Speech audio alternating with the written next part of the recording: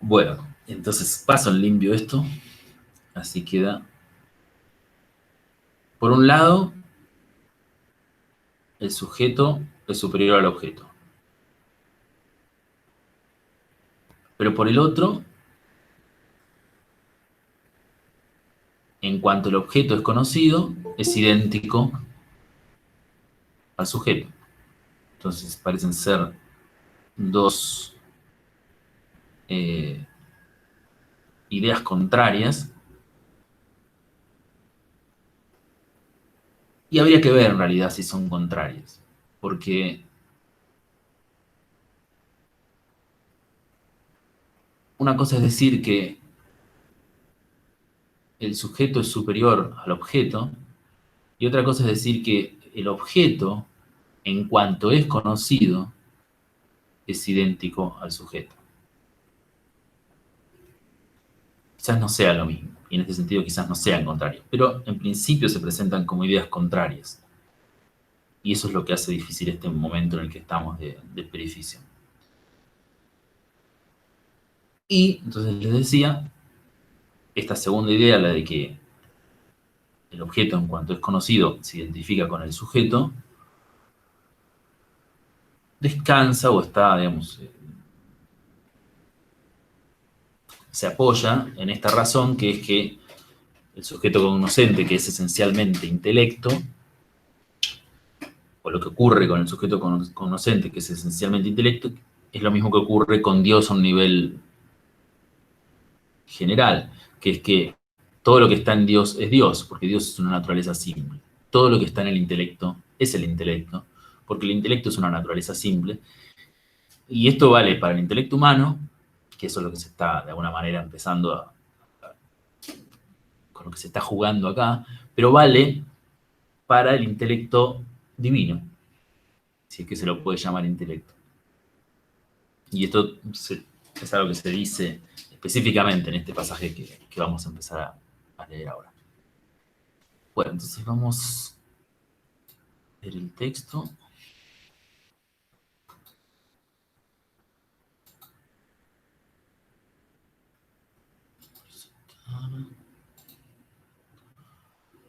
Entonces, acá estamos. Entonces, habíamos dejado acá. Hemos visto esta alternativa, estos dos pasajes de la primera redacción, que es la de la izquierda, y de la segunda, que es la de la derecha. Esto que marqué, que pinté, es porque en realidad no debería estar acá en estas dos columnas, debería estar acá abajo. ¿Sí? En el texto latino es así. Lo que pasa es que, bueno, por una cuestión de la traducción está bien haberlo puesto acá, pero bueno, se empiojó todo. Bueno, entonces estábamos acá.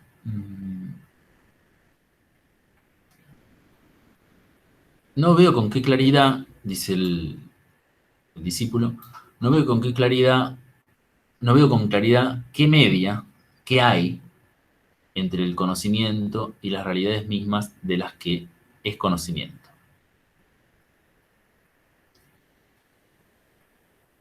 Y el maestro dice, ¿qué te parece? Las realidades y los conocimientos de ellas que se producen en el alma, ¿son de una sola naturaleza o son de naturaleza distinta? Este es todo el punto, ¿no? En realidad lo que se va a terminar contestando es que son de una misma naturaleza. Eh, o mejor dicho, perdón, no las realidades, bueno, también en un nivel general se va a terminar contestando esto. Pero en principio lo que se va a mostrar es que la naturaleza es la misma, la del conocimiento de las cosas y el intelecto que conoce. Pero en última instancia, finalmente lo que va a pasar es que las realidades, las cosas, van a terminar siendo de alguna manera lo mismo que sus nociones, ahora sí en la mente divina, ¿no? Pero bueno, vamos paso a paso. No veo con claridad qué media entre el conocimiento que hay, mejor, más que media, porque media es como medio técnico, entre el conocimiento y las realidades mismas de las que es conocimiento. ¿Qué te parece? Las realidades y los conocimientos de ellas, que se producen en el alma, ¿son de una sola naturaleza o son de naturaleza distinta?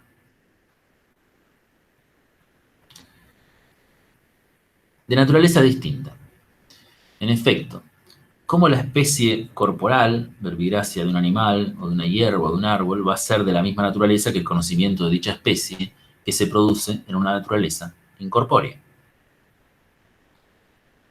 Por la misma razón, como la especie de una disciplina inteligible y el conocimiento de dicha especie pueden ser de una única naturaleza.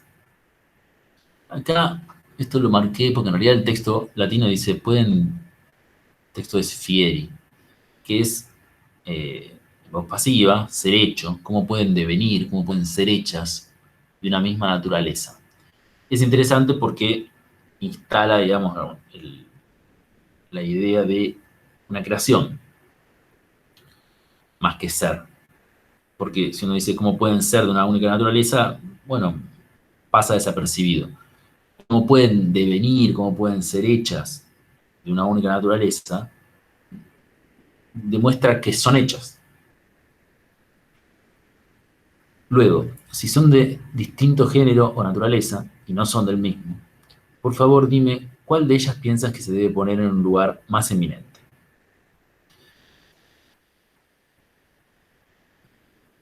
El gran problema de este pasaje,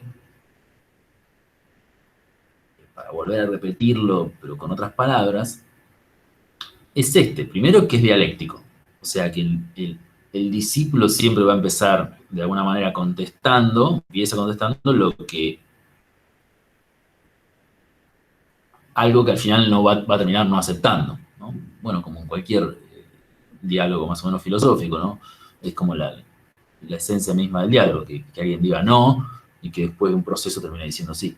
Entonces, eso, digamos, no tiene que confundirnos. Pero además, el problema es que justamente eh, el, el maestro parece aceptar también esta idea. Son dos cosas distintas. Entonces pregunta, bueno, ¿cuál de estas dos cosas es de naturaleza más eminente? ¿Sí? ¿Cuál viene antes? Sería la traducción. ¿Cuál es prioritaria? Entonces, ¿acaso son las realidades de naturaleza, las realidades, las cosas, son de naturaleza más eminente que los conocimientos mismos, o sea, que los conocimientos de esas cosas, o los conocimientos son de naturaleza más noble que las realidades? Yo diría que las especies visibles son de una naturaleza mejor que sus nociones. Creo que hasta acá habíamos llegado. Entonces, las especies visibles, fíjense que acá, esto lo habíamos señalado, está usando la palabra especie en otro sentido, porque está hablando ahora de las cosas. Y antes, 10 líneas más arriba, había usado especies en un sentido sociológico. Son de una naturaleza mejor que sus nociones. Sin embargo, no me atrevo a afirmar que las especies inteligibles son mejores que su concepto que se encuentra en el alma. Entonces, por un lado, dice el texto, las cosas sensibles son de una naturaleza superior al conocimiento, a la representación que tenemos de las cosas sensibles. Pero no sé, dice el discípulo, si esto mismo ocurre cuando las cosas ya no son cosas sensibles, sino son cosas de orden inteligible. Ideas. Nosotros podríamos pensar en las ideas. Si son mejores el objeto inteligible que la noción de ese objeto que está en el alma. Es interesante que la primera postura, esta de la de que la manzana que tengo en la mano es superior a la idea de la manzana, en realidad está negada en el texto. Si ustedes se fijan, esta nota que iría acá, donde dice A, niega eso. Porque dice, esto sería así si San Agustín en el capítulo 11 del libro 9 de Trinitate no hubiera dado esta opinión, que es la que dice, la que viene ahora, está traducido mal, ¿sí? O sea, no es que expresó esa opinión, sino que expresó esta que va a venir ahora. Bueno, fíjense, después lean este texto, pero lo que termina diciendo este texto es esto. La representación del cuerpo en el alma es mejor que la especie del cuerpo. ¿Por qué? Porque está en una naturaleza mejor, en una sustancia vital, una sustancia viva. Entonces, en realidad, si uno ingresa este texto acá, o lee esta nota en relación con esto, yo diría que es así si San Agustín no hubiera dicho tal cosa. Entonces uno podría concluir, o debería concluir, pero como San Agustín dijo tal cosa, entonces no. Pero todo esto tiene que ver con tratar de ir llevándolo al lector, porque no es fácil decirle a cualquier persona, de buenas a primera, que la idea de la manzana es superior a la manzana.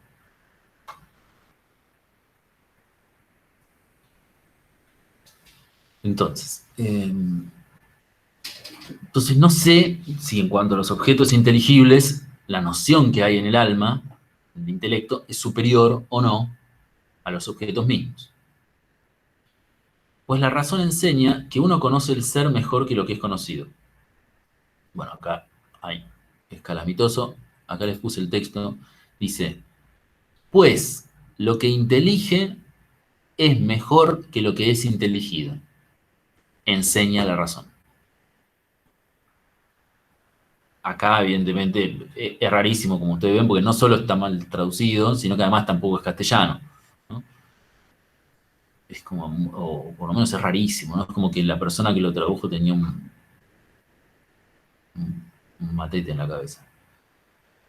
Entonces, la razón enseña que uno conoce el ser mejor que lo que es conocido, borren eso y pongan, la razón enseña que lo que intelige el sujeto es mejor que lo que es inteligido, o sea, el objeto.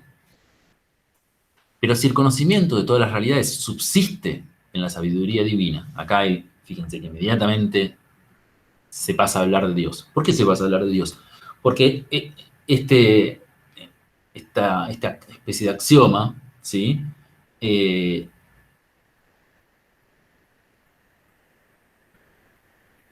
general. Se está hablando de lo que intelige. Fíjense que justamente es algo neutro, está en neutro. Es lo que intelige, no quién intelige.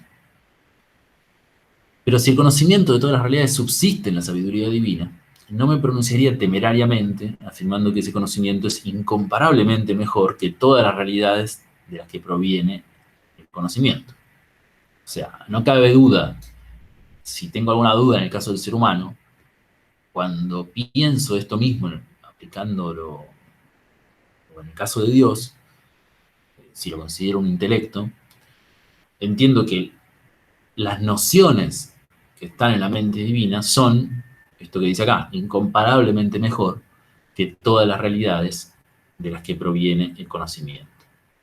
O sea, son el conocimiento superior a las cosas. Es el ser mismo de las cosas, en realidad. Ese conocimiento divino. Y si es así, tal y como pienso, ese orden procede de la divina providencia mediante toda criatura. Una cosa respecto a este texto es que, fíjense, es mejor que todas las realidades de las que proviene el conocimiento.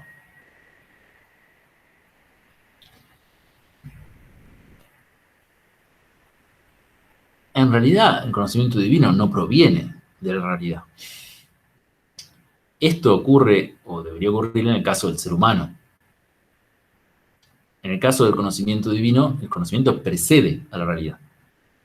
Pero acá se está hablando de las cosas. Y para el ser humano, aparentemente, de las cosas viene el conocimiento. Pero piénsenlo así, porque si no, no tiene sentido. No es que Dios crea sus nociones o tiene sus nociones, o sus nociones son, como dirían después los escolásticos, digamos, que vienen a partir de la realidad, ¿no? La preceden. Y si es así, tal y como pienso, ese orden procede de la divina providencia mediante toda criatura. De modo que toda naturaleza que se apodera del conocimiento de lo que le sigue a aquella, no solo es mejor y superior, aquella con mayúscula no tiene ningún sentido, no solo es mejor y superior, sino también el mismo conocimiento por la dignidad, sino también,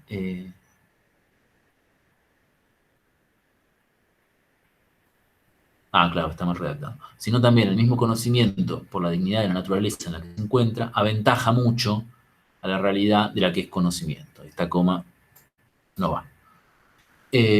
Bien, entonces, esta es la razón. ¿Sí? Yo decía, bueno, quizás esto es un axioma, esta sería la razón. ¿Cuál sería la razón? O sea, que hay un orden, una estructura de la realidad que procede de la causa de todas las cosas, a través de toda criatura, mediante toda criatura. ¿Cuál es? Que toda naturaleza que se apodera del conocimiento, de lo que le sigue a aquella, o sea, de lo que viene después de ella, es superior, ¿sí? Es mejor a esa naturaleza. O sea, hay un orden jerárquico, por eso se habla también de orden. Entonces, si algo que está acá conoce algo que está más abajo en ese orden, esto es superior.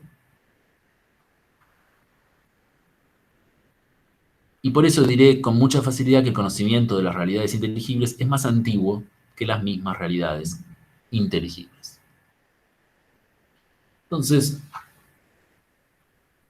fíjense que la respuesta, que al principio, al principio el discípulo titubea, ¿no? No sé si en el caso de los objetos inteligibles, el conocimiento, la noción de esos objetos inteligibles es realmente superior a los objetos inteligibles. Bueno, ¿cómo se soluciona? Pensando en este intelecto supremo que sería Dios, en el cual claramente, sí, es así. O sea, el conocimiento precede a todo lo demás. Ahora, la pregunta ¿es así en el caso del ser humano? Porque lo que el discípulo acaba de hacer es remontarse a qué es lo que pasa en el caso del intelecto supremo. Pero si volvemos al caso del ser humano, ¿es así? Fíjense, quizás lo dirías rectamente. O sea, no lo está diciendo rectamente. Si lo que es formado es más eminente que aquello que lo forma. Si este lo podría no estar, o debería no estar. Si lo que es formado es más eminente que aquello que forma.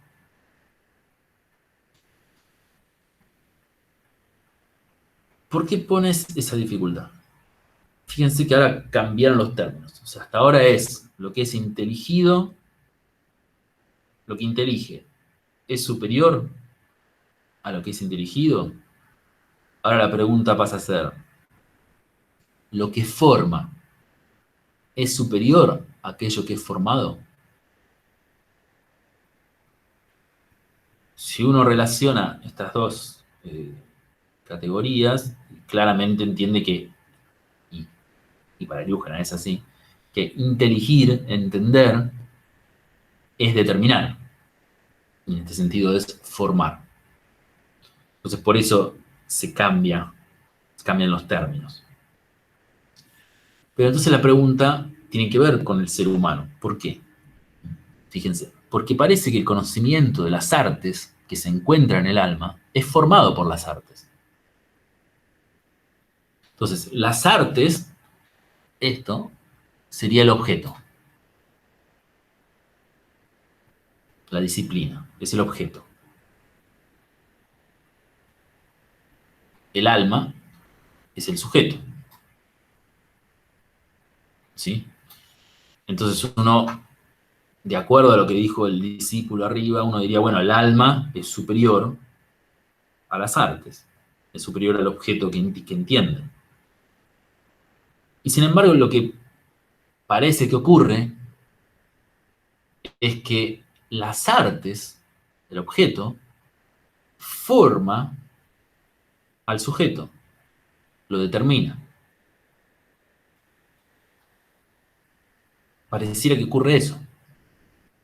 Y si es así, deberíamos decir que quizás las artes,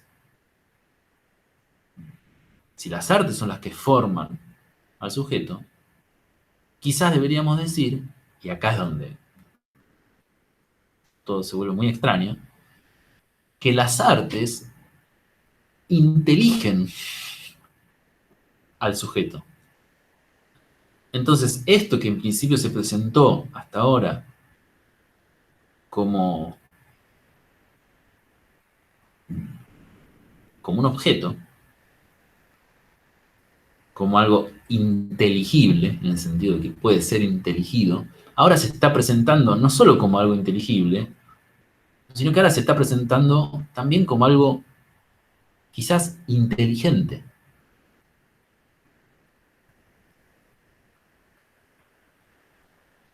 Entonces seguimos.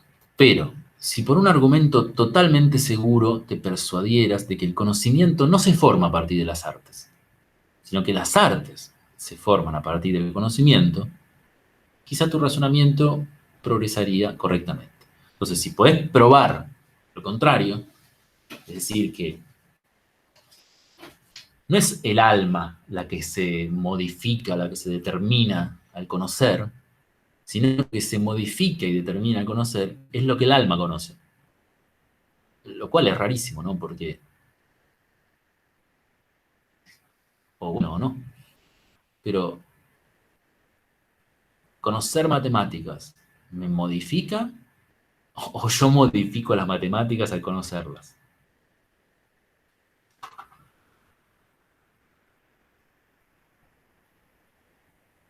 ¿Acaso entre nosotros no se concluyó ya que el sujeto que conoce es más eminente que el objeto conocido? O sea, ¿no está probado esto? Listo.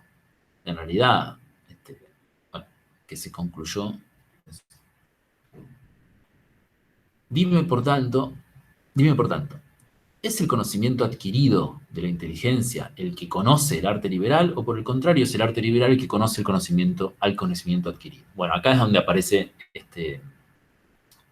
galimatías que se arma, porque esto en latín es peritia, ¿sí? En general todos, sí, casi todas las traducciones, a todos los idiomas lo traducen por capacidad, habilidad, pero se ve que no les importó.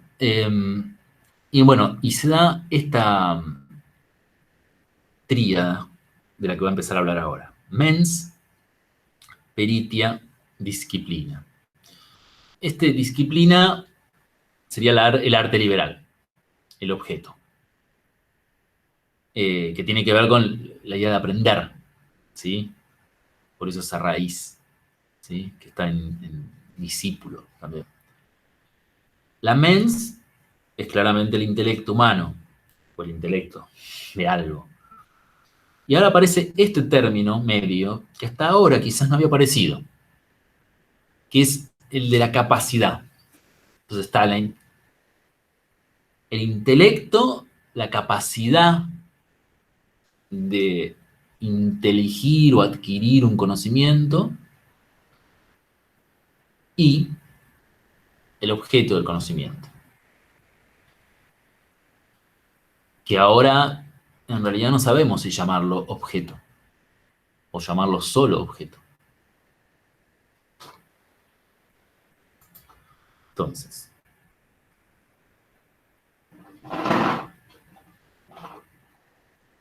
no dudo que el arte liberal es conocido por la inteligencia, pero si dijera que de modo semejante el arte liberal es conocido por el conocimiento adquirido, como lo es por la inteligencia, temo que parezca que afirmo que la inteligencia y su conocimiento adquirido son dos cosas determinadas que están en activo por las nociones del arte liberal. Ahora lo vamos a traducir. Y no sin una e idéntica esencia en la que se encuentra naturalmente el conocimiento del arte liberal. Entonces vamos a tener que ir paso a paso porque, como ven, es ininteligible. Entonces, no dudo que el arte liberal es conocido por la inteligencia. Inteligencia es mens, ¿sí?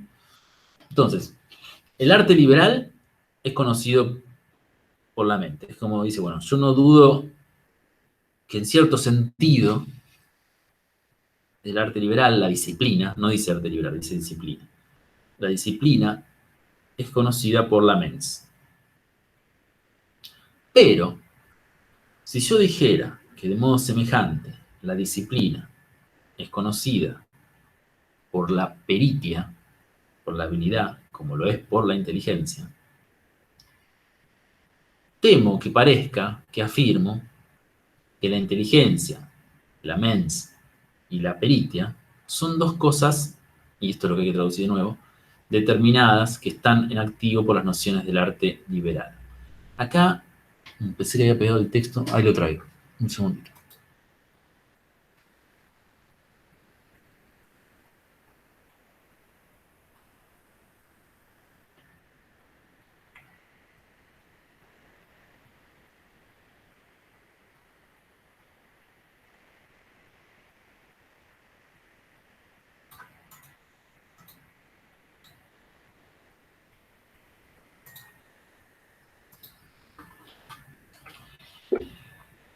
Entonces, ¿qué es lo que temo? Parezca esto, que la mente, la pericia y su pericia son dos cosas.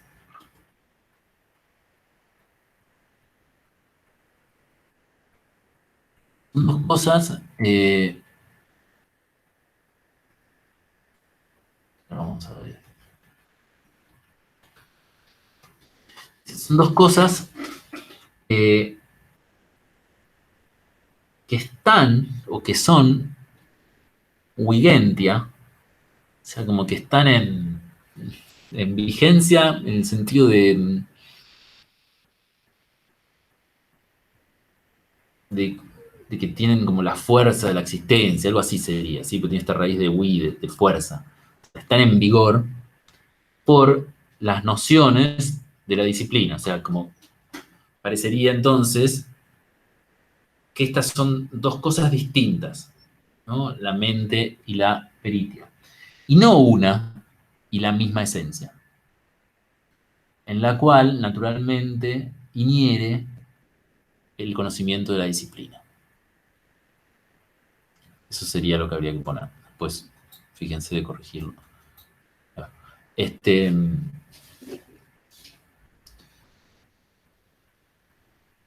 conclusión de esta parte, entonces, sería el alma y la capacidad que tiene el alma de conocer son una cosa y no dos.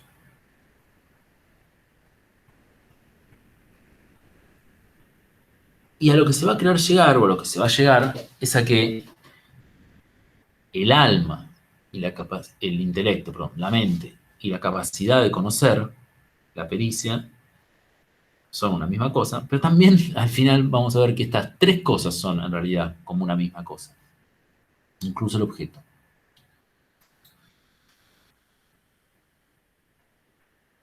Entonces parecería que son cosas distintas, está diciendo el texto, y no una e idéntica esencia, y eso es lo que yo quiero mostrar, diría, es lo que está diciendo el maestro.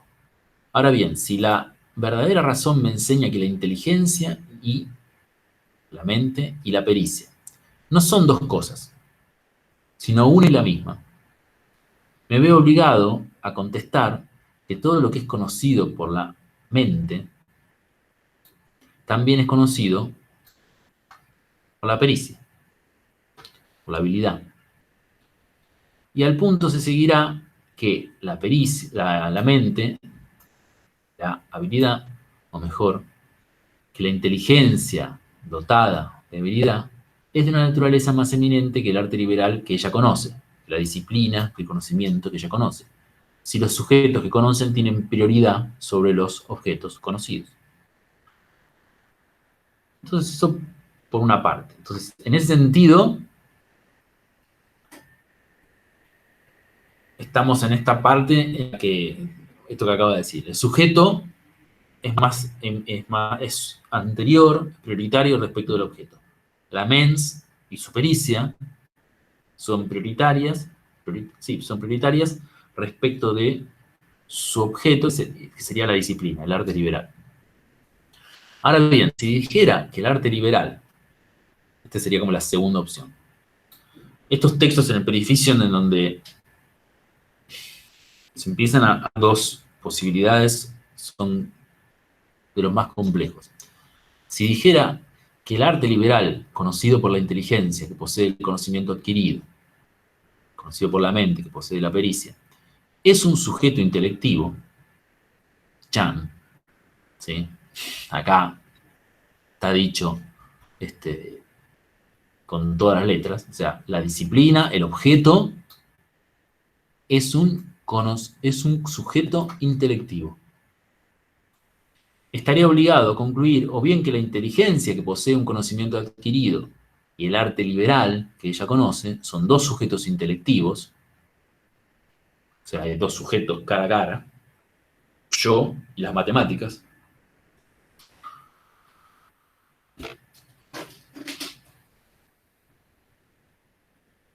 Perdí. Son dos sujetos intelectivos que se conocen recíprocamente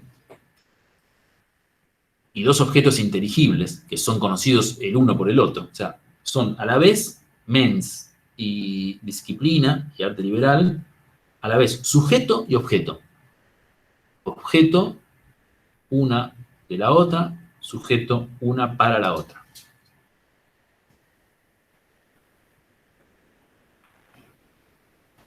Que se conocen recíprocamente y dos objetos inteligibles que son conocidos el uno por el otro y que gozan de igual dignidad de naturaleza, o bien confesar que la inteligencia, la pericia y el arte liberal que ella conoce, en tanto que sujeto intelectivo y por el que ella misma es conocida en tanto que objeto inteligible, constituyen una sola e idéntica esencia. Acá hay, como ven, una de las clásicas erratas de la edición. Constituyan una sola e idéntica esencia. Pero no está claro cuál de estas dos opciones haya que mantener. ¿Sí? O sea, fíjense acá, en este párrafo es como que lo que ilustra esto que les empecé diciendo hoy. Este vaivén entre, por una parte, el sujeto es superior al objeto, por la otra, parece que sujeto y objeto son casi lo mismo. ¿Y esto en qué se advierte acá? En que de pronto el objeto se nos volvió un sujeto cognoscente. Parece que hay una pregunta, ¿no?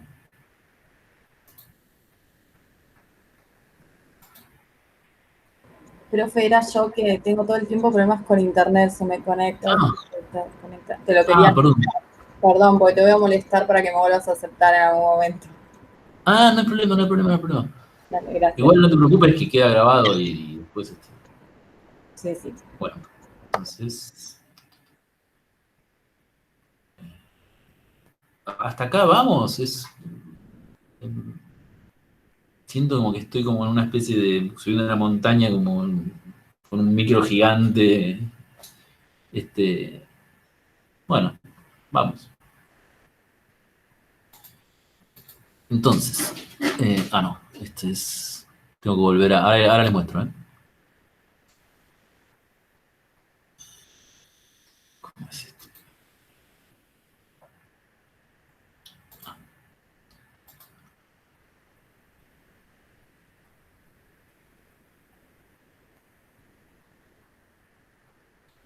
Acá está. Entonces no está claro cuál de estas dos opciones haya que mantener. ¿Sí? Quizás no sean dos opciones, ¿no? Podríamos pensar nosotros. Quizás sean dos formas de entender lo mismo.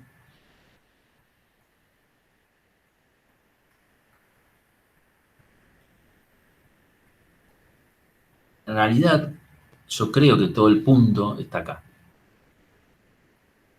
Tenemos mens, mente, inteligencia, habilidad, disciplina, objeto. No hay duda, esto casi ni lo tiene que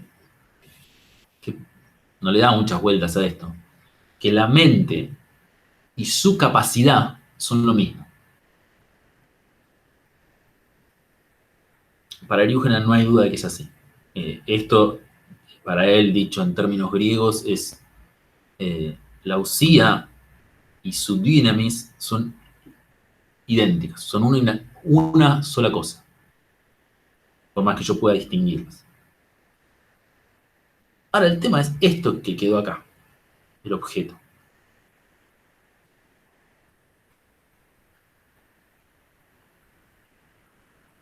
¿Es algo distinto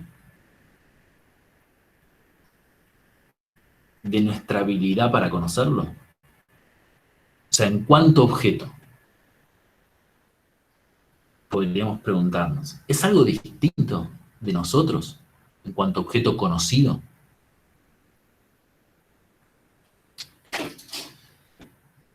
Bueno, entonces, sigo. Quizás se evidencie cuando emprendamos el recto camino del razonamiento teniendo a Dios como guía. Bueno, busquemos pues con más diligencia. En primer término, quiero que me digas si la naturaleza de la inteligencia en la que se encuentra el conocimiento adquirido del arte liberal es simple o no. Fíjense que esto es lo que habíamos dicho antes. La naturaleza de la mente en la que se encuentra la pericia del arte liberal. Fíjense cómo es mente, pericia, arte liberal. Ahora, con este genitivo, pericia del arte liberal, estos se quedaron enganchados. Entonces, la mente en la que se encuentra el conocimiento adquirido, la pericia del arte liberal, ¿es simple o no? Porque este es todo el punto. Pienso que es simple, pues es incorpórea e intelectual, y por ello es preciso que carezca de toda composición. Piensas bien, ¿consideras que puede acaecerle algo que no se encuentre naturalmente en su esencia? Un segundito, me da sonar la nariz.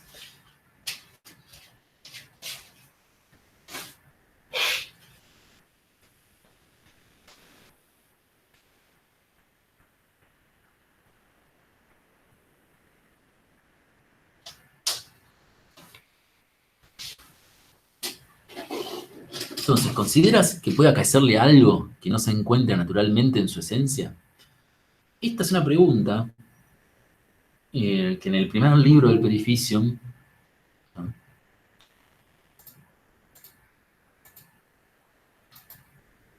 Esta es una pregunta, les decía que en el primer libro del Perificium,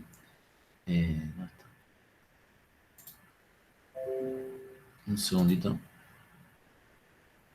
que abrí, ahí está. Uy. Bueno, ahí estamos.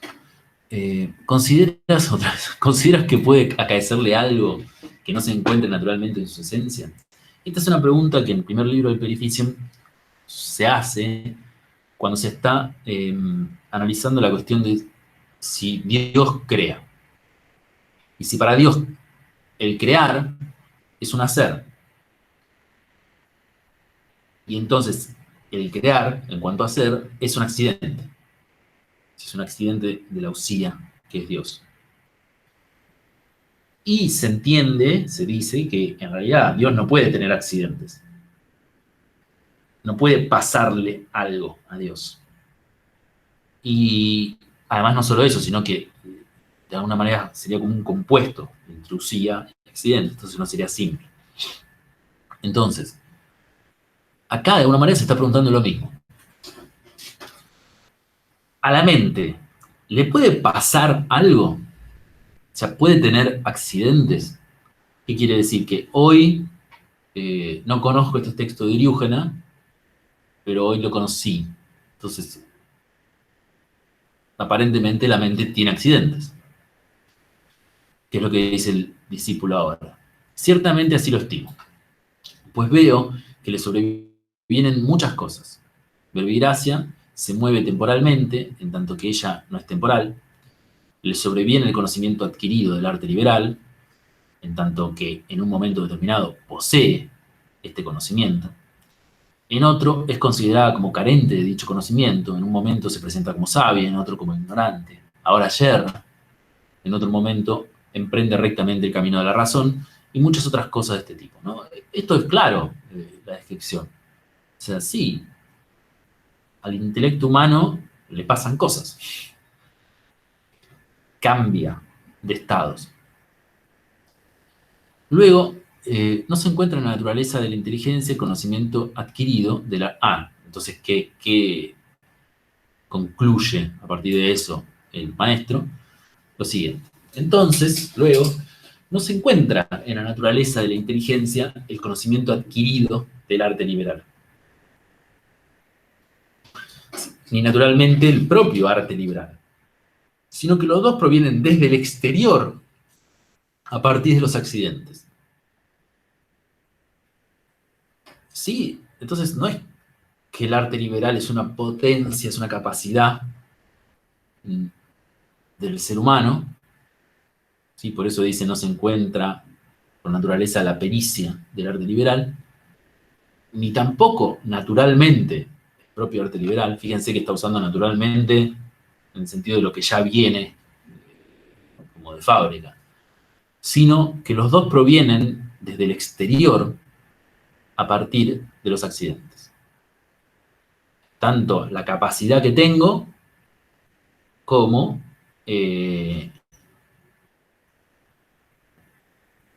la disciplina, el objeto de esa capacidad. Entonces, ahora, dice, antes teníamos como algo adquirido que mente y pericia eran una única cosa, y estábamos a punto de enganchar en el mismo tren al objeto y hacer que todo fuera una misma cosa. Ahora parece que volvimos como 2 pasos para atrás. Tenemos la mente y pericia, y arte liberal por otro lado. Esto viene del exterior y le acaece, son accidentes de la mente. Discípulo, no me atrevería a afirmar eso. Ahí hay una errata, ¿sí? No me atrevería a afirmar eso. En efecto, no es verosímil que Dios haya creado a su imagen y semejanza la inteligencia, en la que el conocimiento adquirido y el arte liberal no fueran naturalmente propiedades innatas en ella. De otro modo no sería inteligencia, sino que sería una vida bruta e irracional. Entonces, esto tiene que ver con lo que preguntaba Fermín al principio. Lo que hace que la mente humana sea imagen es el tener esta capacidad de todas las cosas, de conocer todas las cosas, por sí mismo, naturalmente. Si el ser humano no tuviera esa capacidad, entonces sería como cualquier animal, está diciendo. Fíjense que pareciera que la diferencia sería esta entre un animal y un ser humano, según esto. En que al animal los conocimientos le vienen de fuera. Al ser humano, aparentemente, le vienen de fuera. Por tanto, no son accidentes en ella, sino que se encuentran naturalmente, ¿no? Entonces, ahora, estos 2 vagoncitos, arte liberal, pericia y mente, estos 2 vagoncitos, arte liberal y pericia, volvieron a engancharse a la mente. Según opino, no he hablado casualmente. Según opino, no he hablado casualmente. Sí, un poco mala onda. En efecto, aunque parezca que ha nacido sin conocimiento adquirido, o sea, sin pericia, e ignorante, cosa que le sobrevino accidentalmente por la transgresión del mandato divino por la que se olvidó de sí mismo y del Creador, sin embargo, reformada por las reglas de la doctrina, puede encontrar, iluminada por la gracia del Redentor, a su Dios, a sí misma, a su pericia, al arte liberal y todas las cosas que subsisten en ella de modo natural. Es decir, este es una de las ideas centrales de este libro, es que el ser humano se olvidó. O sea, la caída, eso que el texto de la escritura presenta como el pecado original es, en el fondo, un lapsus, una caída. Es olvidarse de sí mismo. Entonces el ser humano cree, ya no reconoce que en realidad tiene en sí mismo las nociones de todas las cosas. No puede reconocer ese hecho. ¿Qué hace? Se asimila a los animales. Cree que conoce, cree que al conocer, el conocimiento le viene de fuera, le es exterior, le es accidental. Y no se da cuenta de que en realidad el conocimiento le es esencial, o sea, está en él, que tiene la pericia por naturaleza, la habilidad por naturaleza, la capacidad, mejor dicho, creo que esa sería la mejor traducción, la capacidad por naturaleza,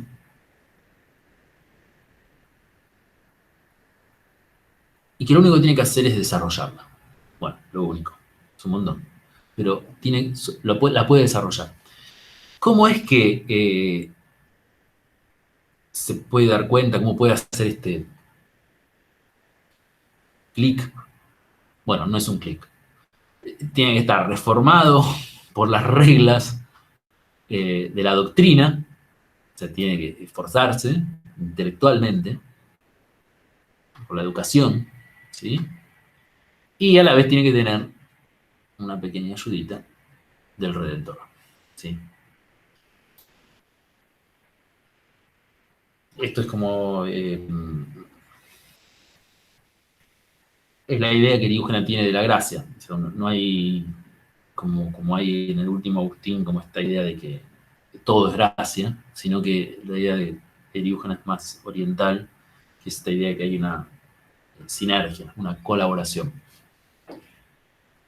Entonces, esto explica justamente el énfasis en el conocimiento intelectual, ¿no? Porque si todo es gracia, ¿para qué? ¿Para qué todo? ¿Sí? Pero no, es una colaboración.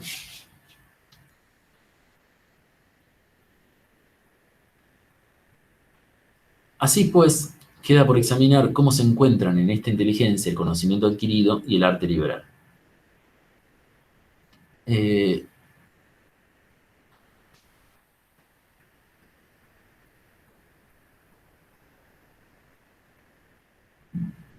Fíjense a dónde estamos ahora.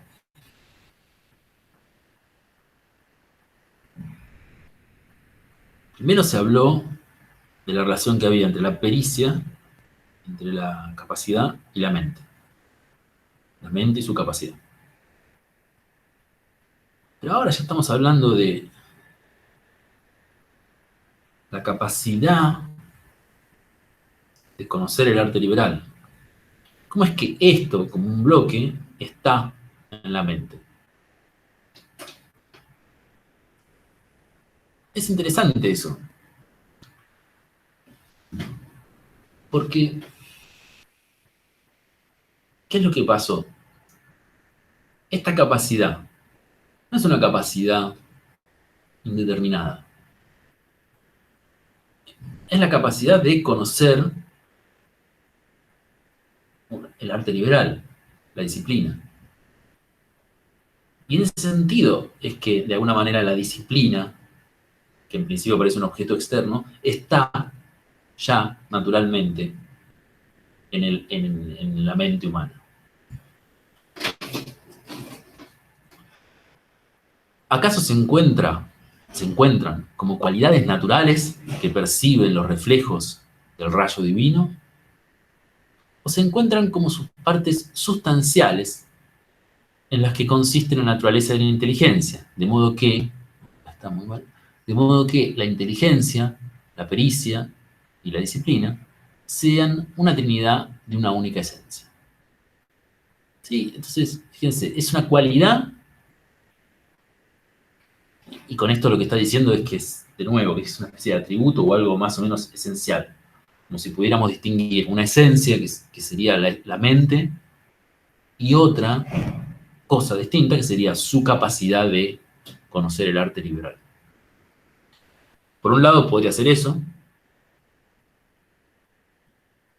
Por el otro, podría ser que sean sus partes sustanciales. ¿Qué quiere decir? Que en realidad no son partes, son como aspectos de su sustancia, de su esencia. Y en este sentido hacen una trinidad. Fíjense que no casualmente estamos hablando de la Trinidad. O sea,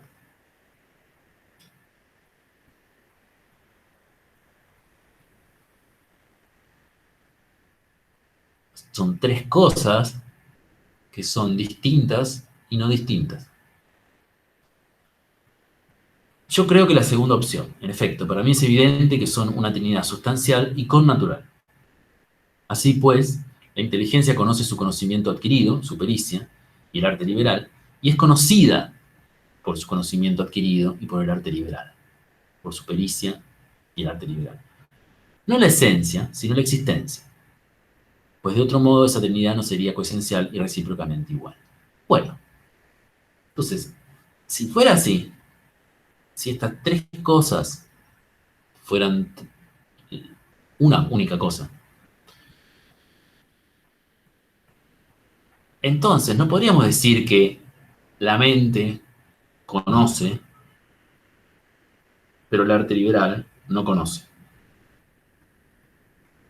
O sea, no podríamos decir que hay algo que es esto que no sea esto, si es que son todo lo mismo.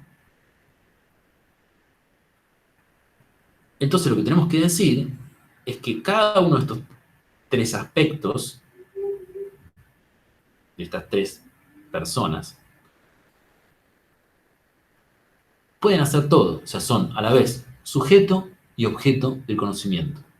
Entonces, por eso es que, en este sentido, podemos decir que la mente es sujeto, o mejor dicho, que la mente no solo es sujeto, sino también objeto, y que el arte liberal, que está en el otro extremo, no solo es sujeto, sino también objeto.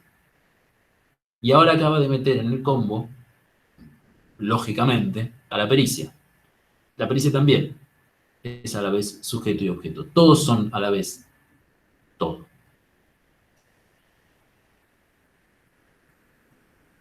No voy a negar esto, pues la razón me obliga a confesarlo. Este es interesante acá, este texto, que no lo leímos. ¿Dónde va?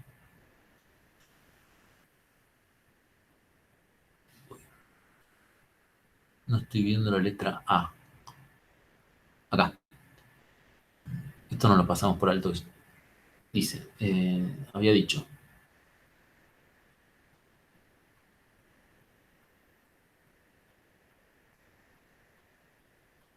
entonces, tiene que estar, naturalmente, decía este texto, en la mente, la pericia y la disciplina.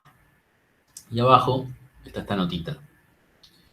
Pues, según pienso, no se ha expresado correctamente quien hubiera dicho que el hombre ha sido hecho imagen y semejanza de Dios según el accidente y no según la sustancia.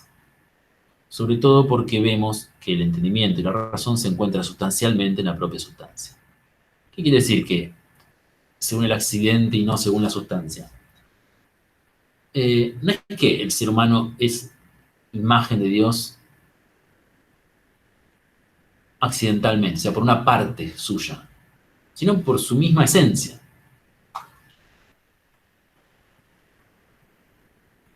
Así pues, mira si son formadas por sí recíprocamente o por otra naturaleza superior a ellas. Entonces, ahora avanzamos otro paso. Estas tres, estos tres sujetos, objetos, objetos, sujetos, se determinan, se forman recíprocamente unos a otros, o hay algo superior que los determina. Si la fe católica no enseñara y la verdad no aprobara que la naturaleza superior por la que esta Trinidad subsiste se forma y se conoce, tal vez yo respondería que esta Trinidad ha sido formada por sí misma. o que al menos su forma primordial ha sido formada por ella misma. Acá, este se forma o se conoce no es muy feliz. Yo diría más claro si dijera es formado, es formada y es conocida. ¿Y por qué la fe católica enseña que esta dignidad, la del ser humano, es formada y es conocida? Porque dice que es formada, determinada por Dios y es conocida por Dios. Entonces, si la fe no dijera eso y la verdad no lo aprobara, fíjense que es interesante, no dice la razón no lo aprobara, dice la verdad. Entonces, si la fe, por lo que sabemos hasta ahora, la razón eso no lo aprueba. Eso es interesante. Si la fe católica no enseñara y la verdad no aprobara, o no sabemos si la razón lo aprueba o no, eso es lo que se saca acá. Si la fe católica no enseñara y la verdad no aprobara que la naturaleza superior por la que esta Trinidad subsiste se forma y se conoce, es formada y es conocida, tal vez yo respondería que esta Trinidad ha sido formada por sí misma, o que al menos su forma primordial ha sido formada por ella misma. Y esto es muy interesante. O sea, si la fe no dijera tal cosa, no la fe y la razón, si la fe no dijera tal cosa,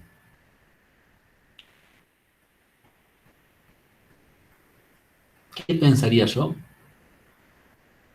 Que el alma es autoconstituida, se autoforma. Ella misma se determina. Pero en estas circunstancias, dado que hay una inteligencia superior a ella, por la que comienzan a formarse todas las cosas que han sido formadas y convertidas, hacia la cual se forman las cosas que hacia ella, acá me enredó la traducción, dado que hay una inteligencia superior a ella, por la que comienzan a formarse todas las cosas que han sido formadas y convertidas formadas, y convertidas hacia la cual se forman las cosas que hacia ella se convierten o pueden convertirse, no dudo que la Trinidad de la inteligencia ha sido también formada por esa otra inteligencia superior. ¿Sí? O sea, en estas circunstancias, como la fe dice esto, bueno,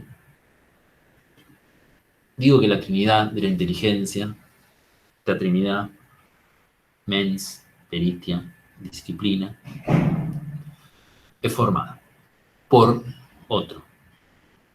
¿Quién es ese otro? Una inteligencia, una mens superior. De ahí que sea muy insensato poner eso en tela de juicio. Así pues, fíjense el texto, ¿no? Así pues, sobre la inteligencia divina posee la verdadera noción, conocimiento. Perdón, así pues, solo la inteligencia divina posee la verdadera noción, conocimiento de la inteligencia humana, del conocimiento adquirido y del arte liberal, que han sido formadas por ella misma. Entonces, si Dios conoce, forma, determina, perdón, si Dios conoce al alma humana, Dios lo forma, lo determina, ¿no? Y solo esta inteligencia superior posee la verdadera noción, el verdadero conocimiento de la inteligencia humana. ¿Por qué? Porque para Eriúgena, como vamos a ver, la inteligencia, la mens, no puede conocerse a sí misma. Dios sí puede conocerla. O sea, le pasa a la mens lo mismo que le pasa a Dios. Dios no puede conocerse a sí mismo. Pero Dios no tiene nada superior que lo conozca.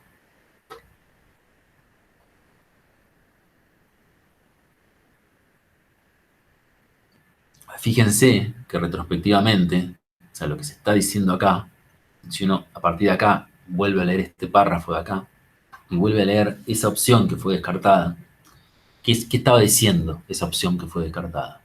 Que el alma sería como Dios.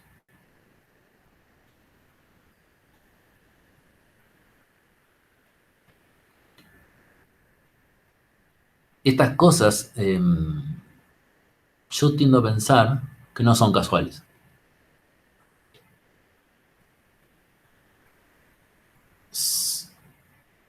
Si yo traigo y muestro algo acá y después me lo llevo,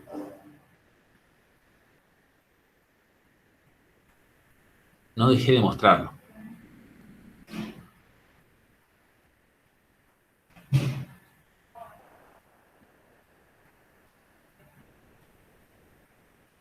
¿Acaso piensas que una cosa es la inteligencia humana y otra cosa es la noción de esta en la inteligencia, del que la forma y conoce?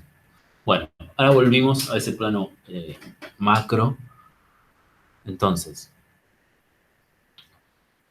es como si todo lo que estuvimos analizando y la conclusión a la que se llegó es que estas tres cosas forman una unidad. Bueno, ahora, ¿qué pensás ahora? La inteligencia humana, ¿sí?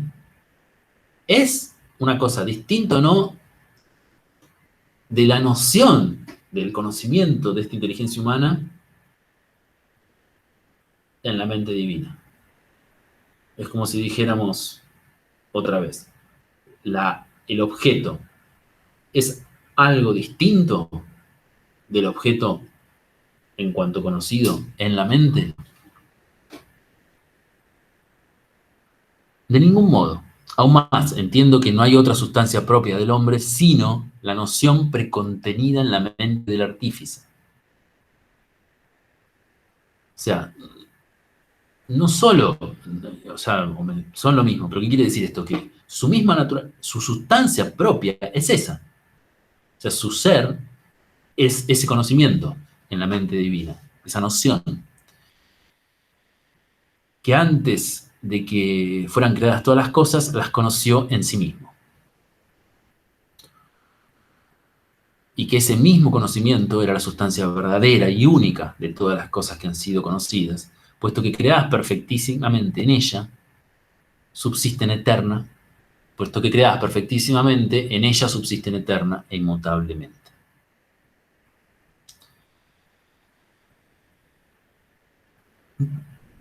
Y este es un momento importante, igual ahora vamos a recapitular un poco. Luego podemos definir al hombre así. El hombre es una noción intelectual, una notio intellectualis, creada eternamente en la mente divina.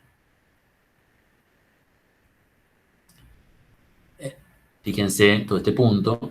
De esto trató el libro, por lo menos 80 páginas del libro tercero trataron de qué quiere decir creada eternamente, porque en principio es una contradicción. Lo creado es lo que antes de ser creado no era. Entonces, ¿cómo es que algo es creado eternamente? Bueno, ya se imaginarán que esto tiene que ver con el hecho de que la mente divina es eterna. Entonces, lo creado existe eternamente en la mente divina. Pero en cuanto existe eternamente en la mente divina, no es un accidente de la mente divina. Y si hay algo en la mente divina, eso es la mente divina. Entonces, lo que se está discutiendo acá, cuando se dice que el hombre es una noción intelectual creada eternamente en la mente divina, es que el hombre, en un punto, es Dios. Y fíjense que eso fue lo que arriba nos mostraron.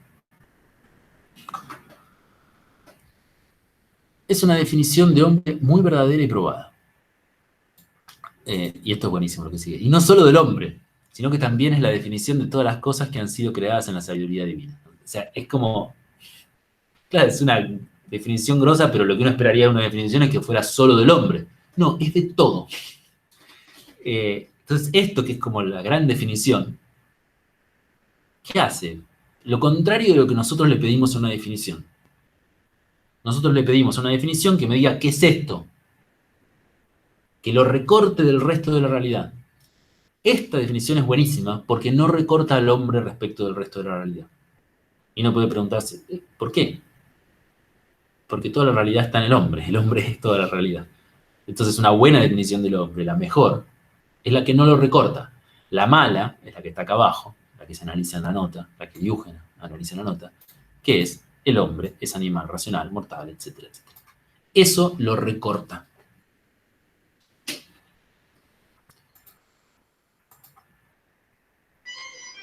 Disculpame, Ezequiel, ¿te puedo hacer una pregunta? Sí, dejo de compartir.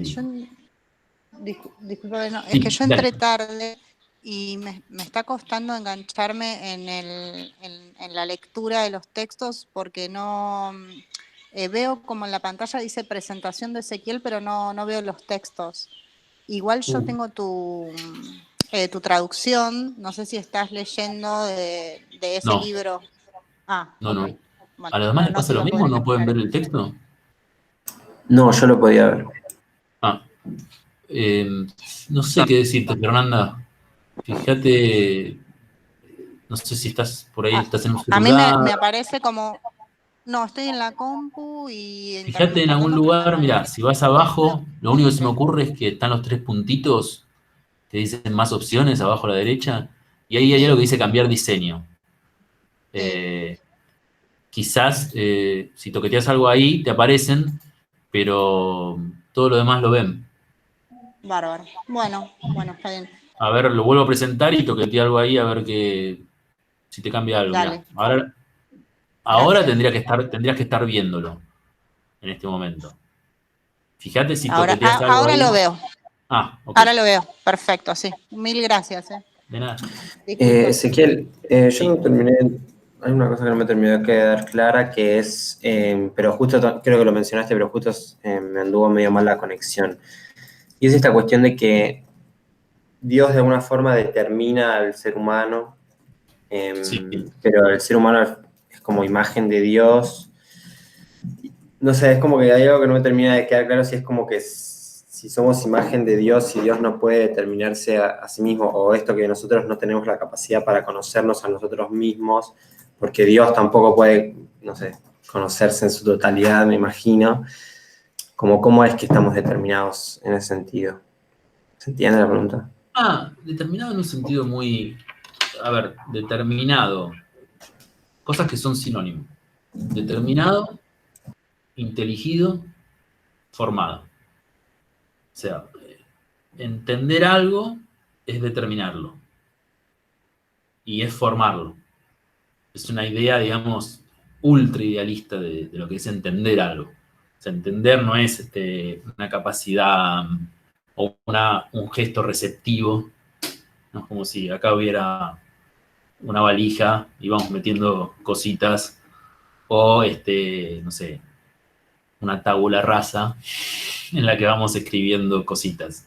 No, entender es algo activo.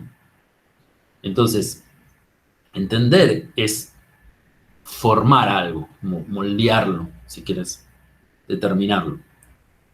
Entonces, la pregunta que se hacen en un momento ellos es, bueno, llegamos a esta Trinidad, que es esencialmente el ser humano. Mente, peritia, disciplina.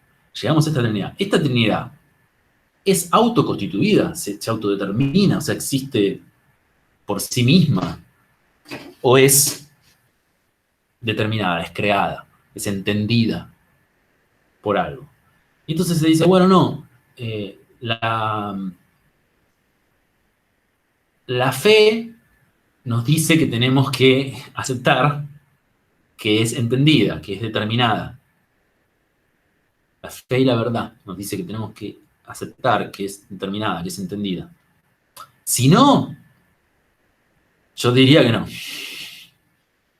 ¿Sí? Y abajo entonces se dice, bueno, claro, obviamente que hay que decir lo que dice la fe. Esta Trinidad humana es entendida, es determinada por Dios. Y ahora te hago una pregunta. ¿Lo que está en la mente de Dios es Dios? Sí, este es el camino por el que va el texto. No sé si te respondí, pero esto tiene que ver esencialmente con esta idea idealista, ultra idealista, de que entender es algo activo.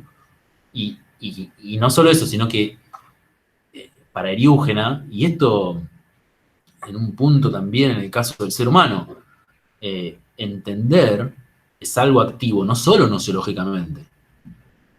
O sea, no porque haya un sujeto trascendental que, no sé, qué sé yo, de alguna manera la realidad entra en sus causas, entonces, no, es algo activo ontológicamente hablando. O sea, cuando Dios entiende, Dios crea, Dios hace. Entonces, no es que estamos hablando de algo que puramente nociológico.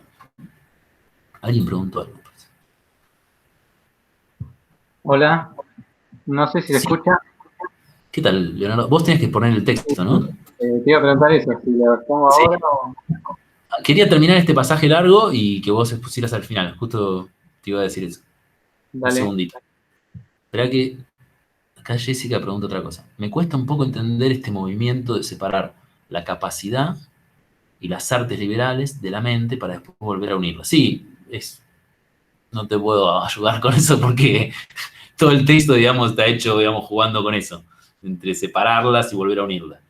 La única manera que creo que hay es de leerlo 1000 veces, anotarse, ver los juegos que va haciendo. No es algo que se pueda agarrar así en una primera lectura.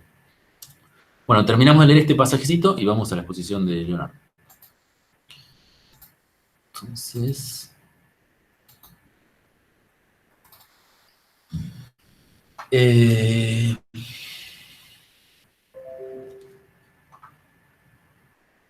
¿acaso te parece que se encuentra en el hombre una noción de todas las realidades sensibles e inteligibles que la mente humana puede conocer? Para mí es totalmente evidente. Y sin duda, con esto se entiende que al hombre se le ha concedido el privilegio de tener la noción de todas las cosas, tanto de las que han sido creadas con igualdad a él, o sea, uno diría otros seres humanos, como de aquellas que se le ordenó dominar. En efecto, ¿cómo se le entregaría al hombre el dominio de estas cosas de las que no poseyera la noción? Ciertamente su dominio andaría errático si desconociera las cosas que debía gobernar. Y si esto nos lo indica, y esto nos lo indica muy claramente la Escritura, es decir, el Señor Dios, después de haber formado a todos los seres vivientes de la tierra, del limo, y a todas las aves del cielo, los presentó a Adán para que viera qué nombre les pondría. Ahora bien, cada animal viviente debía llevar el mismo nombre que Adán le había puesto. O sea, esa es la idea de que el ser humano puede, de que Dios delega en el ser humano, o le da al ser humano esta capacidad de determinar las cosas. ¿Y esto qué quiere decir? Que tiene la capacidad de conocerlas. Porque determinar esencialmente es conocer. Lo único que acá es problemático en este texto es esto que dice acá. Las que tanto de las que han sido creadas con igualdad a él. ¿Por qué es problemático? Porque ¿en qué sentido el ser humano puede conocer a otros seres humanos? Puede conocer algo de otros seres humanos, pero si no puede conocerse a sí mismo, ¿por qué va a poder conocer a otros?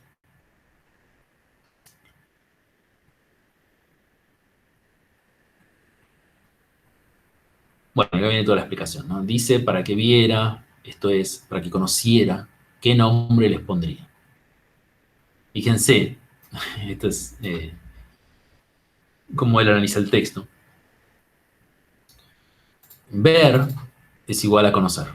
Esto es el equivalente que hace, ¿no? En efecto, si no los conociera, ¿cómo podría llamarlos? Ahora bien, cada animal viviente debía llevar el nombre que Adán le había puesto. Esto es, que el nombre coincide con la noción propia de cada alma viviente. ¿Sí? Y por nombre se está entendiendo como la identidad de la cosa. El nombre de la cosa coincide con su noción. Y su noción es su esencia.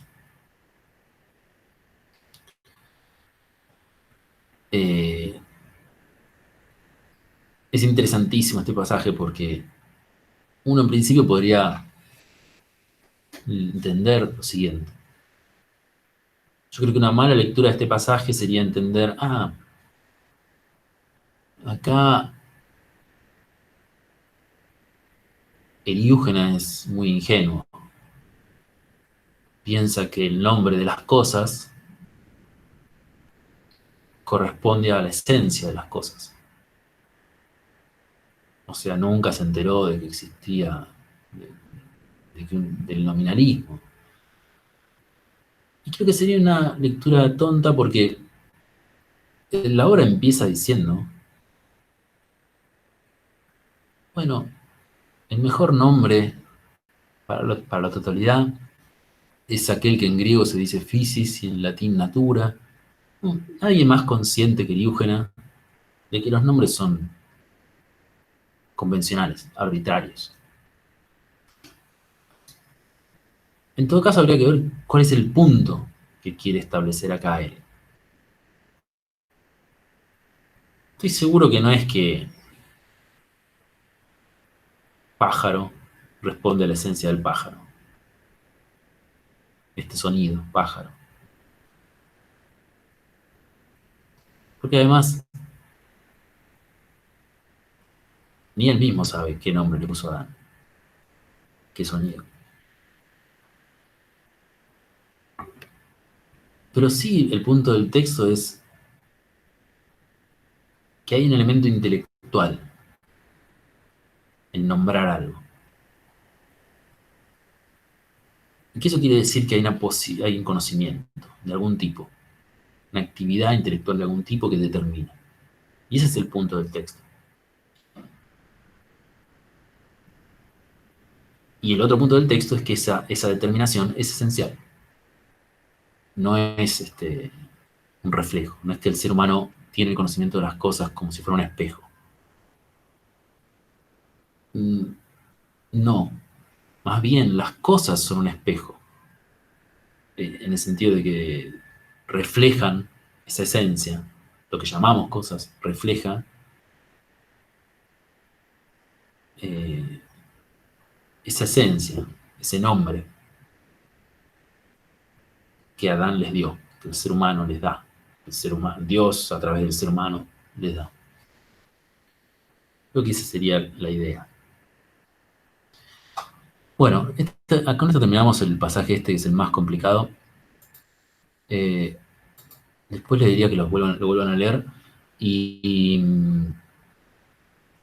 después los que nos quedan, que vamos a ver la vez que viene, y que la vez que viene vamos a hacer un cierre también, leyendo un poquito esos pasajes, van a ver que son mucho más sencillos. Pero bueno, algo que nos puede ayudar quizás es la exposición de Leonardo. Así que, Leonardo, cuando quieras.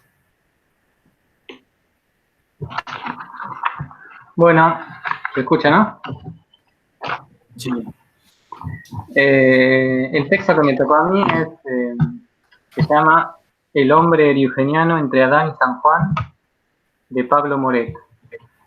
Y bueno, es un texto en el que aborda, digamos, el tema antropológico en Eriúgenes, y el autor aclara que no hay muchos textos en español, digamos, que aborden esta temática, y al mismo tiempo dice que es central, digamos. O sea, no sería una buena lectura de Diógenes una que soslayara la importancia del hombre, que no es una criatura más. Y bueno, es más o menos un poco lo que estábamos viendo. Y el texto empieza más o menos remarcando lo que venimos viendo hasta ahora, que es el tema de que el hombre no es una criatura más, el hombre es una criatura privilegiada, o sea, en el hombre Dios creó todas las cosas. Y esto quiere decir que es una síntesis de lo creado, ¿no? Es un microcosmos. No me voy a detener mucho en esto porque, bueno, es lo que más o menos venimos viendo. Acá lo que dice Moret es que marca que cuando desarrolla este tema, lo hace en una conversación entre el alumno y el maestro, y el alumno lo que entiende o le cuesta entender que no haya, o entiende como que hay un dualismo ontológico en el ser humano y digamos, quiere que le explique el maestro cómo es que no es una contradicción que sea al mismo tiempo un animal y al mismo tiempo espiritual y hecho a imagen de Dios.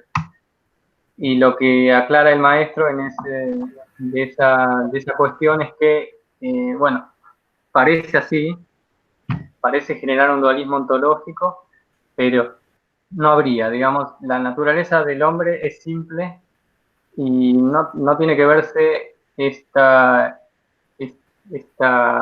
como contradicción entre la parte animal y la parte espiritual como verdaderamente dos sustancias, sino como dos aspectos del ser humano, y el aspecto animal vendría a tener que ver con el ser humano cuando olvida o se desconecta con su naturaleza esencial, digamos, esta imagen de Dios.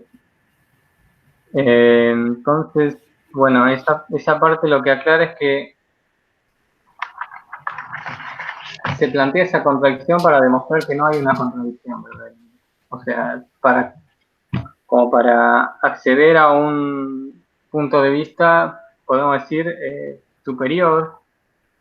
Yo lo asocio un poco con lo que veníamos hablando de que la lectura para Diógenes es un ejercicio espiritual y no hay un significado fijo y nunca se queda en una literalidad, digamos, sino que va como descubriendo nuevos sentidos en el texto.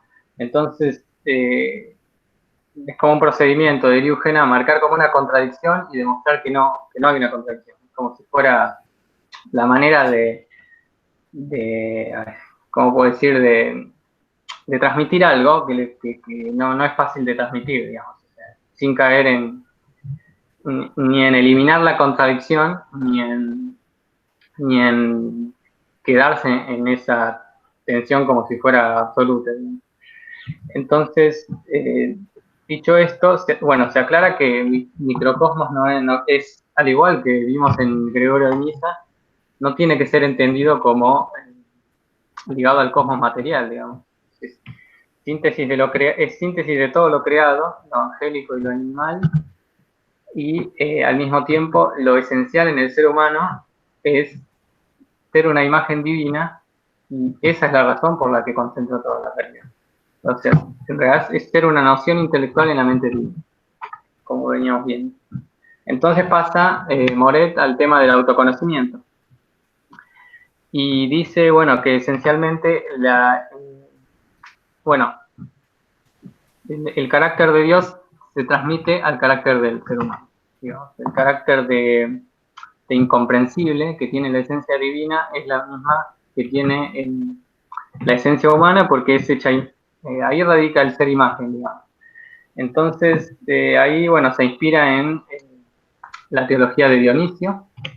Dionisio había marcado dos tipos de teología, no sé si lo llaman así, pero la teología afirmativa y la teología negativa, mientras que la teología afirmativa aplica cualidades a Dios, como decir que Dios es bueno, la teología negativa las rechaza.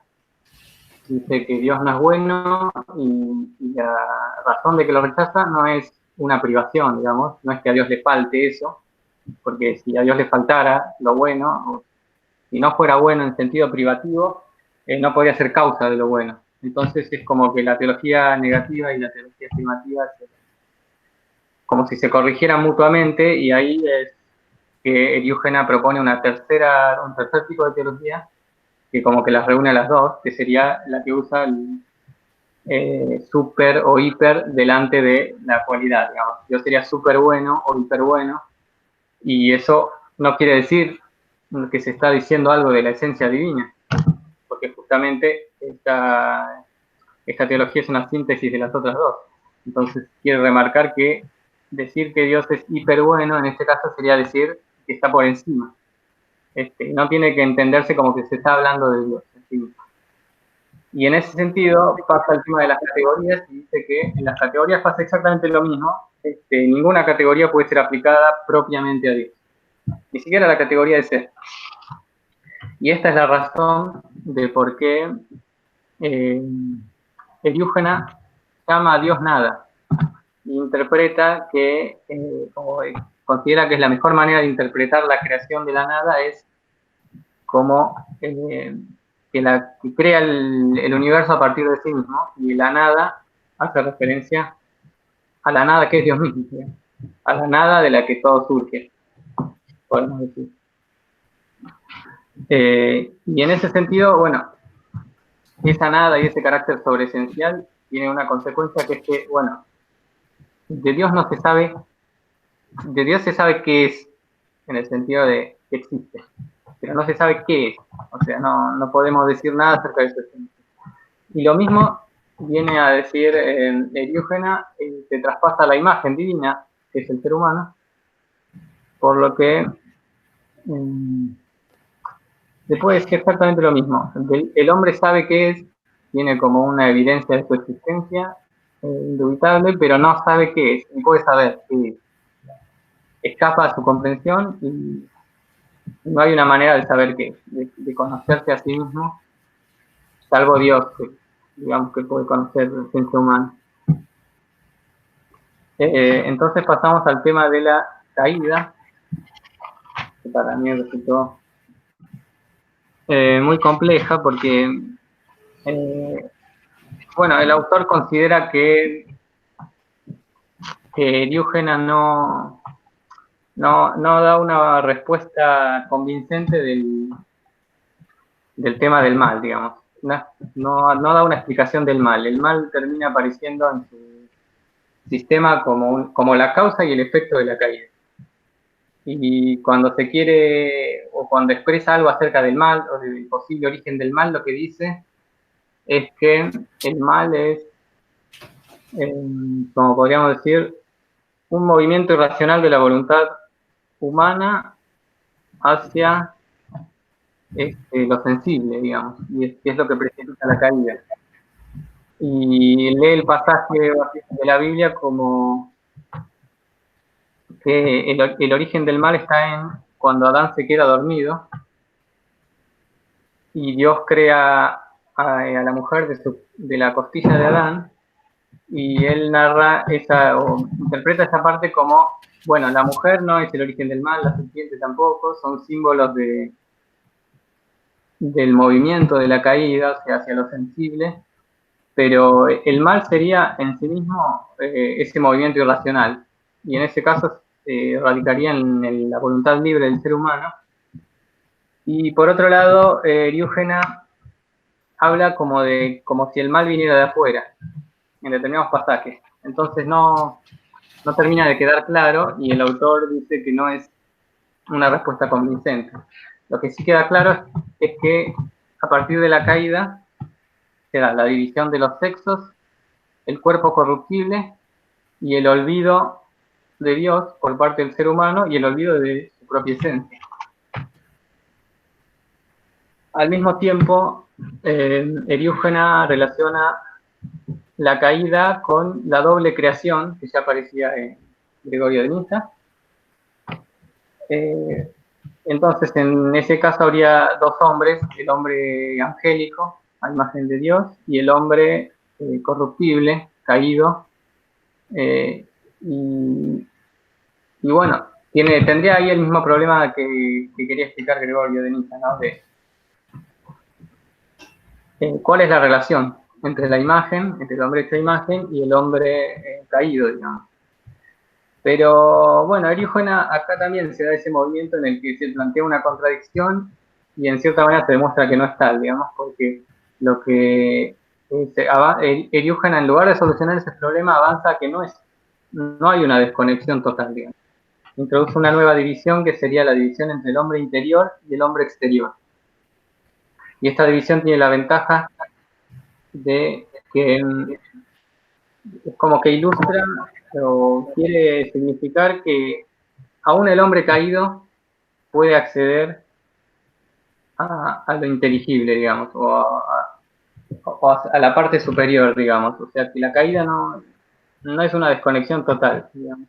Soluciona en parte eso, y en este punto, en esta nueva división, el hombre interior es como un sinónimo del paraíso, es decir, deja de ser literal toda esa primera creación en el paraíso, y el paraíso se vuelve una metáfora de la naturaleza humana perdida que puede ser recuperada. Entonces, bueno, no se soluciona o no da una respuesta exacta del problema del mal, pero dice que usa a Adán como símbolo de la caída, y acá es donde dice Moret que hay 3 figuras paradigmáticas que pueden ayudar a entender toda la concepción antropológica de Diógenes. Y esas figuras serían Adán, Jesucristo y San Juan el Apóstol. Y en cierta manera dice que Adán y Jesús, Jesús sería la figura invertida de Adán. Y Jesús sería el símbolo de el movimiento de un momento de inflexión en la historia en que se posibilita el ascenso y el retorno del ser humano a Dios, digamos. En ese sentido son 2 figuras contrapuestas, Jesús y Adán. Adán sería el símbolo de, bueno, el momento en que toda la humanidad cae. Pero por otro lado, dice Moret que de alguna manera la figura de Cristo aparece aparece más que nada en los poemas de Diógenes y es como una figura, no es tanto un modelo ético, un modelo a imitar, porque en realidad es Dios. Esa sería la respuesta que da Diógenes. Si bien muestra la vía de ascenso, no es imitable en cierta manera, y entonces, si bien Adán y Jesús son figuras contrapuestas, hay una tercera figura que puede aclarar, que aparece en los escritos de madurez, en un escrito de madurez de Diógenes, que es la homilía al prólogo del Evangelio de San Juan. Y en esta obra, Diógenes habla de un paradigma del hombre divinizado, del hombre deificado, que sería San Juan el Evangelista. Y ahí pone a esta figura por encima incluso de San Pedro y de San Pablo, digamos. San Pedro vendría a ser un símbolo de la fe y de la acción, o el hombre de fe y el hombre de acción. Y con respecto a Pablo, lo que dice, bueno, en realidad la contemplación sería superior a la fe y a la acción. Por eso es que elige a San Juan. Y con respecto a Pablo, aparentemente, siguiendo las escrituras, dice que Pablo fue arrebatado hasta el tercer cielo, mientras que Juan atravesó todos los niveles de la creación hasta llegar a ser deificado en el seno de la mismísima Trinidad. Es decir, él ve a Juan como una figura que logró el ascenso, digamos, que es el camino que tiene que hacer la humanidad, y en ese sentido sí es un modelo a imitar y es un modelo ético. Es un modelo más cercano, digamos, que Cristo. Y lo relaciona por último, con el filósofo, digamos. O sea, con la actividad contemplativa del filósofo, que en realidad es una síntesis, porque es una figura que sintetiza la fe y la contemplación. O sea, que serían uno en la figura de San Juan. Y bueno, yo lo asocio un poco con lo que veníamos viendo de que, bueno, esencialmente son uno, digamos, y que en cierto sentido, bueno, ahí sería yo creo, el panteísmo de Diógenes, o la parte que se interpreta como panteísta, de que en cierto sentido el efecto permanece en la causa. O la causa subsiste en el efecto, digamos. Entonces, si bien, o sea, lo que da a entender, yo creo, todo el artículo más o menos, es que se plantea una contradicción entre lo espiritual y lo corporal, o lo físico, y de alguna manera siempre se llega a aminorar ese dualismo, y en cierto sentido todas las imágenes que dicen como que el hombre interior es accesible, tienen que ver con eso, con que en cierta manera Dios es el principio, el medio y el fin, digamos. Y Dios sería la primera especie, y la última especie, obviamente la cuarta, pero también sería la segunda y la tercera. Entonces yo creo que no hay, se plantea como un dualismo que no es tal, digamos. Esa es como una tensión que por medio de esa tensión se trata de revelar que de alguna manera todo es Dios. Esa sería la lectura que yo hice del artículo y cómo me ayudó a entender un poco el texto. Muy bueno, muy buena exposición y muy clara. Y muy bueno que al final le agregues como tu punto de vista. No sé si los demás tienen alguna pregunta que le quieran hacer a Leonardo.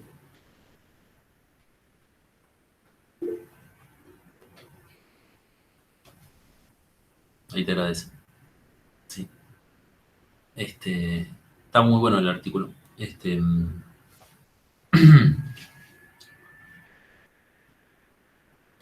Sí, el tema del mal es el tema de la libertad, ¿no? Uno podría plantearlo también de esa manera. Ese movimiento irracional, ¿no?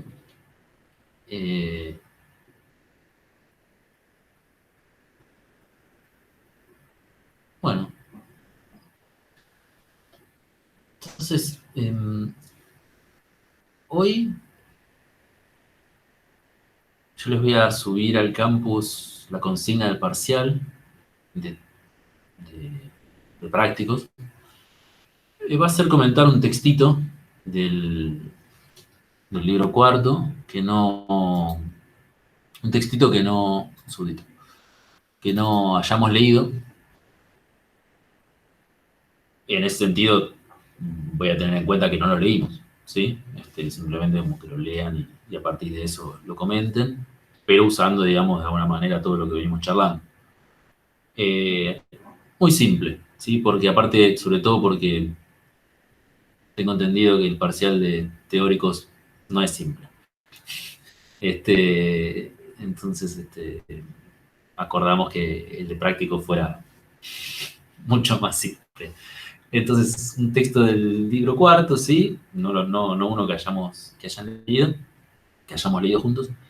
Del libro cuarto o quizás del libro segundo también. Ahora tengo que terminar pero no lo terminé de hacer porque quería ver hasta dónde llegábamos. Y bueno, nada, alguna consigna así como para comentar, con algunos puntos como para guiarlos, pero más que nada eso. Y un límite de 1000 palabras. Y creo que Claudia les dio un límite, 1000 palabras es lo mínimo, ¿no? O algo así, no sé, como acordamos. El límite era Entre 1500 1000 y palabras. 1000. ¿Y eso cuánto es? Como que aún en cantidad fuera menor el de práctico. Entonces vamos a hacer no sé, seguramente les ponga un mínimo de 700 palabras y un máximo de 1000. Bueno, eso, básicamente. Y hoy entonces, antes de que termine el día, lo subimos al campus, así ya lo tienen. Y la fecha de entrega sería el jueves que viene, digamos, como límite. Bueno, no sé si tienen alguna pregunta. Perdón, Sí. sí, yo tengo una pregunta. La fecha de entrega no era a 15 días de la entrega de la, Entonces sí, perdón, de la perdón. Sí, consigna. sí, perdón. Perdón. Buenísimo.